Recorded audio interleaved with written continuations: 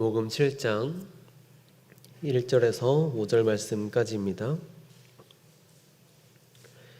마태복음 7장 1절에서 5절 말씀까지입니다.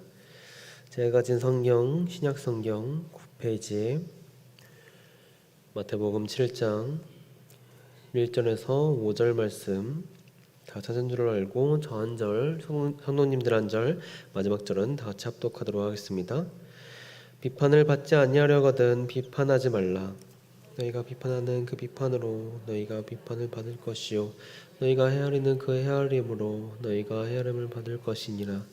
어찌하여 형제의 눈 속에 있는 티는 보고 내 눈 속에 있는 들보는 깨닫지 못하느냐. 보라, 내 눈 속에 들보가 있는데 어찌하여 형제에게 말하기를 나로 내 눈 속에 있는 티를 빼게 하라 하겠느냐. 다 같이요.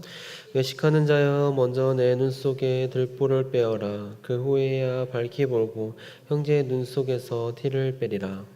아멘. 오늘 내 눈에 들보라는 제목으로 말씀 나누고자 하겠습니다. 우리는 죄를 죄라고 인식할 줄 알아야 하고 돌이켜 하나님을 향해 나아가는 방향으로 돌이켜야 합니다. 죽음에 이르는 7가지 죄라고 있습니다. 우리 PPT를 한번 띄워주시면 감사하겠습니다. 죽음에 이르는 7가지 죄라고 있습니다. 시기, 교만, 나태, 탐욕, 분노, 식탐, 정욕이 있습니다. 이 7가지 죄는 우리의 인격을 들여다볼 수 있는 죄의 거울이라고 합니다. 그리고 인생을 살아가며 이것들을 하지 않았던 사람은 없었습니다. 옛날 프랑스는 식탐을 죽음에 이르는 죄에서 빼기 위해 교황에게 사절단까지 보냈다고 합니다. 이처럼 우리는 죄에 대하여 내가 하고 싶은 죄는 죄의 목록에서 빼고 싶을 정도로 철저한 죄를 가지고 있는 죄인이라는 것을 우리는 인정해야 합니다. 우리는 죽음에 이르는 7가지 죄에서 우리가 할 수 있다면 무엇을 빼고 싶은가요? 우리는 무엇을 보고 살아가고 있나요? 우리는 무엇을 깨닫지 못하며 살아가고 있나요? 오늘 말씀을 통하여 내 눈에 들보는 무엇인지 점검해보고 하나님 앞에 고백하는 저와 성도님들이 되시기를 소망합니다. 마태복음 5장에서부터 이어지는 예수님의 말씀은 마태복음 7장에 이르면서 무리들이 예수님의 가르치심에 놀라는 장면으로 마무리하고 있습니다. 사람들이 예수님께서 가르치시는 것이 권위 있는 자와 같고 그들의 서기관들과 같지 아니함일러라 라고 말하였습니다. 그 당시 권위 있는 자와 같다고 말하였을 때 누구와 같다고 말하였을까요? 일반적으로 권위 있는 자라면 그 당시 유대인에게 있어서 구약의 모세를 떠올렸을 것입니다. 하나님으로부터 십계명을 받았고 하나님의 율법을 통해 백성들에게 전했던 인물이었기 때문에 예수님의 가르치심을 받았던 유대인들은 자신들이 생각했던 구약의 모세와 같이 예수님을 권위 있는 자와 같다고 생각했습니다. 또 그들은 엘리야와 같은 선지자들의 말과 같다고 생각했습니다. 하나님의 말씀을 대언하며 이스라엘의 흥망송쇠를 전했던 인물로서 예수님의 가르치심은 하나님이 보낸 엘리야와 같은 선지자라고 생각했을 것입니다. 그리고 그 당시 율법학자들 중 이름난 랍비들과 같다고 생각했습니다. 그러나 이러한 인물들과 예수님은 전혀 다른 차원의 말씀의 권위를 보여주셨습니다. 예수님은 누구의 권위에 의존하지 않았고 내가 너희에게 이르노니 라는 표현을 반복적으로 예수님은 사용하였습니다. 이는 그 당시로서는 신성모독에 가까운 선포였습니다. 그 당시 랍비들은 언제나 랍비 누구는 이렇게 말하였고 라는 식의 인용을 통해 사람들에게 가르쳤지만 예수님은 자신이 최종 권위의 원천임을 나타내셨습니다. 칼빈은 예수님의 권위를 말씀과 성령의 권위로 보았습니다. 예수님의 말씀은 형식적 해석이나 인간적 권위에 근거한 것이 아니라 사람의 양심과 심령을 꿰뚫었습니다. 서기관들은 전통과 문자에 얽매여 율법의 껍데기를 가르쳤지만 예수님은 율법의 참된 본질, 곧 하나님의 의와 자비, 진리를 말씀하였습니다. 그 말씀은 능력과 권위를 갖는다는 원리였습니다. 사람들은 서기관들의 말을 많이 들어봤지만 예수님의 가르침은 그들과 전혀 달랐습니다. 그분의 말씀은 하나님의 임재와 능력을 드러내었고 사람들의 심령을 뒤흔들었습니다. 그래서 듣는 이들은 단지 정보나 해설이 아닌 살아있는 하나님의 음성을 듣는 것처럼 느꼈던 것입니다. 오늘 말씀에선 어떤 말씀을 하고 계셨나요? 비판을 받지 아니하려거든 비판하지 말라라고 하였습니다. 그런데 우리는 비판하기를 좋아합니다. 특히 익명에 가려져서 하는 비판은 비판이 아니라 비난으로 변질될 정도로 그 사람을 생각한다고 하면서도 비판과 비난을 무차별적으로 하는 것이 죄인된 우리라는 것입니다. 그리고 그 비판에는 시기, 교만, 나태, 탐욕, 분노가 들어가 있을 정도로 사람을 비판하기를 좋아한다는 것입니다. 그 사람을 시기해서 비판을 하고 그 사람보다는 내가 더 낫다는 교만함에 빠져 비판을 하고 그 사람처럼 열심히 하지 않으면서 비판하기만 좋아하는 나태함을 가진다는 것입니다. 또 그 사람이 가진 것들을 나는 가지지 못한 것에 대한 탐욕의 비판을 하고 그 사람보다 못한 자신의 모습에 대한 분노로 인한 비판을 한다는 것입니다. 비판한다는 것은 너보다는 내가 더 깨끗하다는 자기의를 가지고 하는 말입니다. 지난주 수요예배 말씀처럼 너보다는 내가 더 낫지라는 말처럼 자기의를 드러내는 사람들이 있는가 하면 내가 너보다는 더 나으니 내가 하는 말을 잘 새겨들어라 라는 사람들을 꼬집는 말씀이 오늘 말씀인 것입니다. 그러나 예수님은 이러한 비판의 말을 그대로 돌려주십니다. 우리 2절 말씀 함께 읽어보도록 하겠습니다. 시작. 너희가 비판하는 그 비판으로 너희가 비판을 받을 것이요 너희가 헤아리는 그 헤아림으로 너희가 헤아림을 받을 것이니라. 아멘. 우리는 이 말씀을 잘 이해할 수 있습니다. 내가 하고 싶은 비판이 있다면 언젠간 나도 그 비판을 받을 것이고 내가 하기 싫더라도 그 사람을 헤아린다면 언젠가 우리들도 그 헤아림을 받을 것이라는 것입니다. 그렇게 우리는 비판하기를 좋아하고 그 사람을 이해하기는 싫어한다는 것을 인정해야 합니다.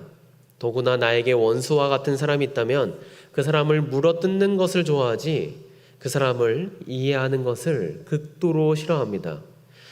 우리는 눈은 눈으로 이는 이로 갚으라는 말씀을 좋아하지만 옳은 뺨을 맞았다고 해서 왼편도 돌리라는 말씀은 좋아하지 않습니다. 그런데 예수님은 이러한 우리의 생각과 행동을 그대로 우리가 받게 될 것이라고 말씀합니다. 그렇게 예수님은 3절 말씀을 통해 우리에게 말씀합니다. 어찌하여 형제의 눈 속에 있는 티는 보고 내 눈 속에 있는 들보는 깨닫지 못하느냐라고 말씀합니다. 들보라는 것은 그 당시 목수였던 예수님에게 친숙한 단어였습니다. 나무로 집을 지었을 때 주로 지붕의 무게를 지탱하는 역할을 하는 나무가 들보였습니다. 그만큼 집의 뼈대를 이루는 중요한 재료였습니다.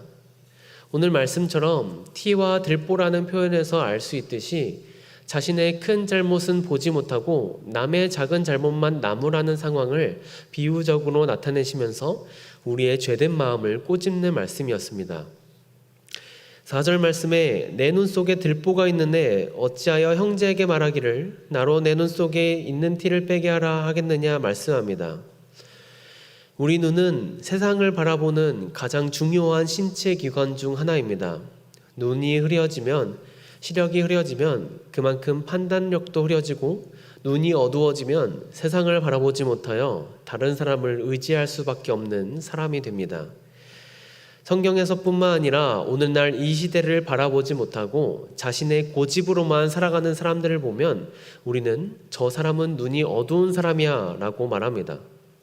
더구나 예수님은 우리 눈 속에 들보가 있다는 말씀을 하였습니다. 집을 지탱하는 기둥의 나무가 아니라 지붕을 지탱하는 두 기둥 사이를 가로지는 나무인 들보라는 구조로 말씀하였습니다. 우리 눈은 마치 눈꺼풀을 지붕 삼아 세상을 바라보는 기관입니다. 그렇기에 우리 눈이 무너지면 지붕을 버티는 들보가 무너지면 눈꺼풀이 무너져 집이 무너져 세상을 바라보지 못합니다. 사람을 바라보지 못합니다.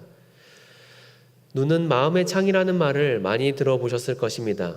그 사람의 눈을 바라보면 그 사람의 마음을 바라볼 수 있다는 말입니다.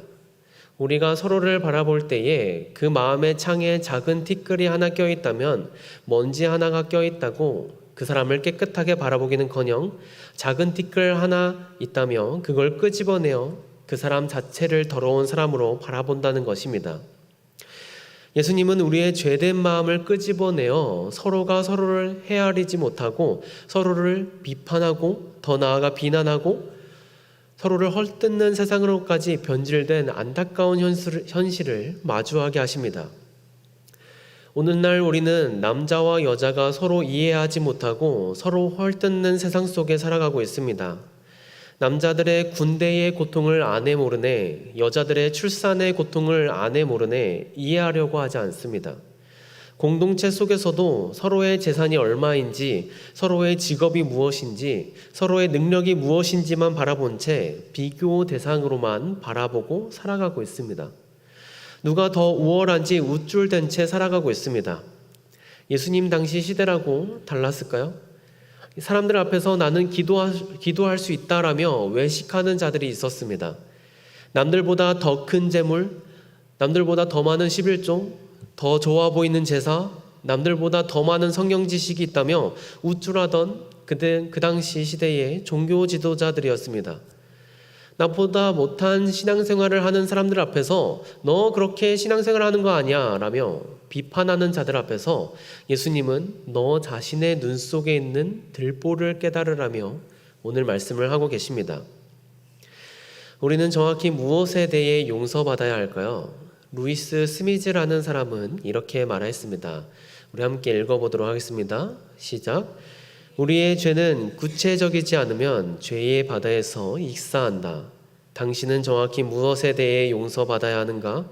내 손으로 망가뜨린 일, 그 일은 바로잡을 수 있다. 당신이 악한 사람이라는 것 너무 광범위하다. 애매한 고백은 옷을 입은 채 샤워하는 것과 비슷하다.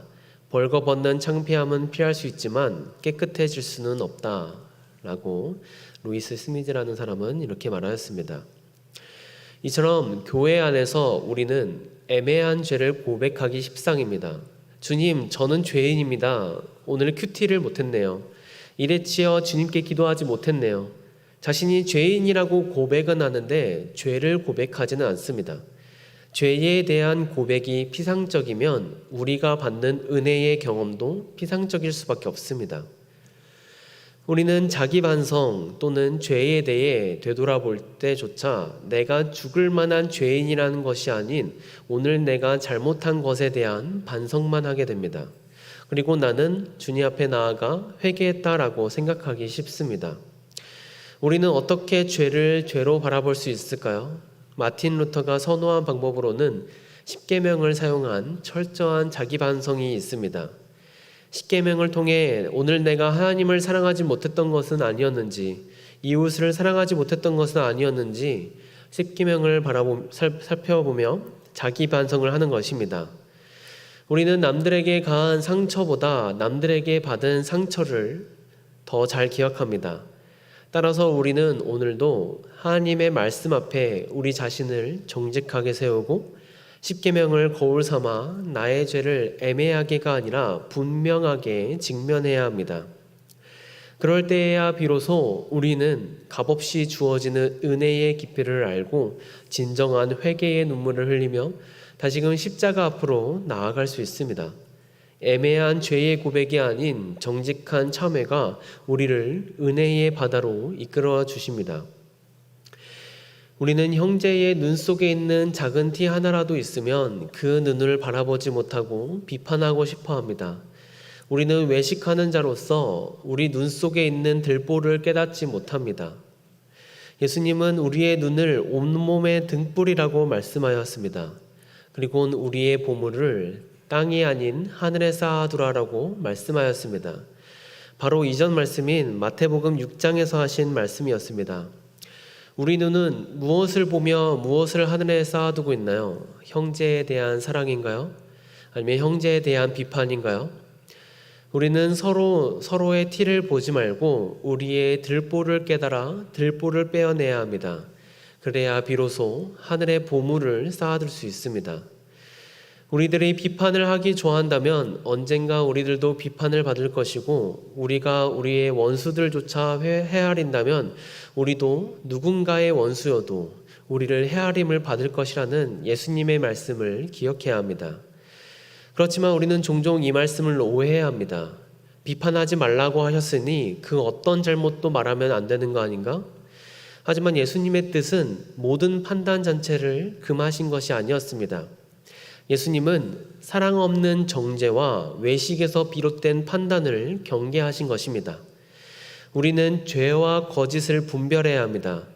그러나 자기의에 근거한 판단, 곧 나는 옳고 너는 틀렸다라는 태도에서 나오는 판단은 예수님이 말씀하신 들보를 가진 자의 위선일 뿐입니다. 진정한 분별은 사랑에서 나오고, 진정한 판단은 먼저 자기 자신을 성찰하는 데서 시작되어야 합니다. 오늘 말씀을 통하여 나는 나의 들보가 무엇인지 되돌아보시길 소망합니다. 그리고 상대방의 티를 보고 비판했던 적은 없었는지, 그로 인해 그 사람과의 관계가 틀어졌던 적은 없었는지 되돌아봐야 합니다. 그리고 우리는 하나님의 용서하시는 은혜를 더 깊이 경험해야 합니다. 그리고 내가 그 사람에게 용서를 구했을 때 그 사람이 나의 사과를 받아줄 수 있도록 하나님께 기도해야 합니다.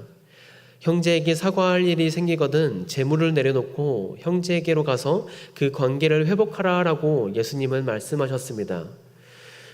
우리가 왜 그렇게까지 해야 하나요? 라고 질문하게 된다면 예수님은 언젠가 나도 그런 사과를 받아야 할 사람이란 것을 알려주시기 위함이었습니다. 오늘 말씀을 통하여 내 상대방이 눈 속의 티를 보고 정작 나의 눈 속의 들보를 깨닫지 못하는 것은 아니었는지 되돌아보시길 소망합니다. 상대방의 티를 보고도 내가 사랑할 줄 안다면 이 사람도 그 사람도 나의 티를 보고도 사랑을 해줄 것이라는 오늘 예수님의 말씀을 다시 새기면서 내 눈 속의 들보를 다시 세워 사랑의 눈으로 세상을 바라보고 하나님을 바라보고 이웃을 바라보는 저와 성도님들이 되시기를 소망합니다. 기도하겠습니다.